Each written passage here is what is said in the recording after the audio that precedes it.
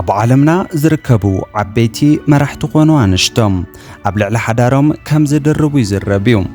ኣሜሪካ ኣብ ታሪኻ ካብ ዘተኣናገደቶም 46 ዝኾኑ ፕሬዚዳንት ብምዃን ነታ ዓባይን ሓያልን ሃገርን ዝመርሑ መራሕቲ ዳርጋ ፍርቆም ዝኾኑ ኣብ ልዕሊ ኣንሽቶም ምስ ገዛ ሰራሕተኛኦም ጸሓፊቶም ወይ ከዓ ምስ ጋዜጠኛታትን ምስ ካልኦትን እንትልክስከሱ ተታሒዞም እዮም። ካብዚኦም ብፍሉይ ኣብ እዝኒ ብዙሓት ሰባት ዝኣተወ ታሪኽ ግን ናይ መበል 42 ፕሬዚዳንት ቢል ክሊንተንን ጸሓፊቶም ሞኒካን ታሪኽ እንትኸውን ካብቲ ጻዕዳ ቤተ መንግስቲ ወፂኡ ኣብ ዓለም ኣዝዩ ከቢድ ከወርያ ዘለዓለ ጉዳይ እዩ ነይሩ። እዞም ፕሬዚደንት ምስ ገዛ ጸሓፊቶም ዘለዎም ጾታዊ ርክብ ብስፍሓት ይወጋዕ እምበር ብድሕሪኡ ብዙሓት ደቂ ኣንስትዮ ሚስተር ፕሬዚደንት ምሳና እውን ርክብ ነይርዎም እዩ ብምባል ገሊፀን እየን። ቢል ክሊንተን ኣብ ልዕሊ በዓልቲ ቤቶም ሂላሪ ክሊንተን ዝበዕለጉ ዓብይ መራሒ እዮም።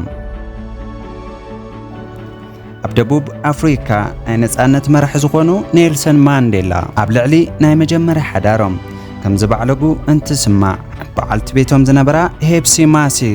ከም ዝደረቡለን እንትፈልጣ ብቐጥታ ፍትሕ እንትፍጽማ ኔልሰን ቀጺሎም ዘእተወን ወይኒ ማንዴላ ድማ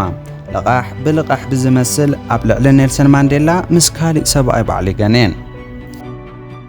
كالي دما ناي دونالد ترامب قدين تخون زوم مرحي دما مسابيتهم ميلانيا ترامب نهلو ناي بورن ستار مزغونت كاسترومي دانييل بتدقاقامي شموم تلعيليو اتقوداي تدفينو نققر بمبال دما نزا سبيتي أف معصو بزبل $130,000 لكوانتها بوا اتقوداي دقوز يو صحي وقع ويو دونالد ترامب مس بورن ستار زنبرم تصوتها وركب عبي وريو نيرو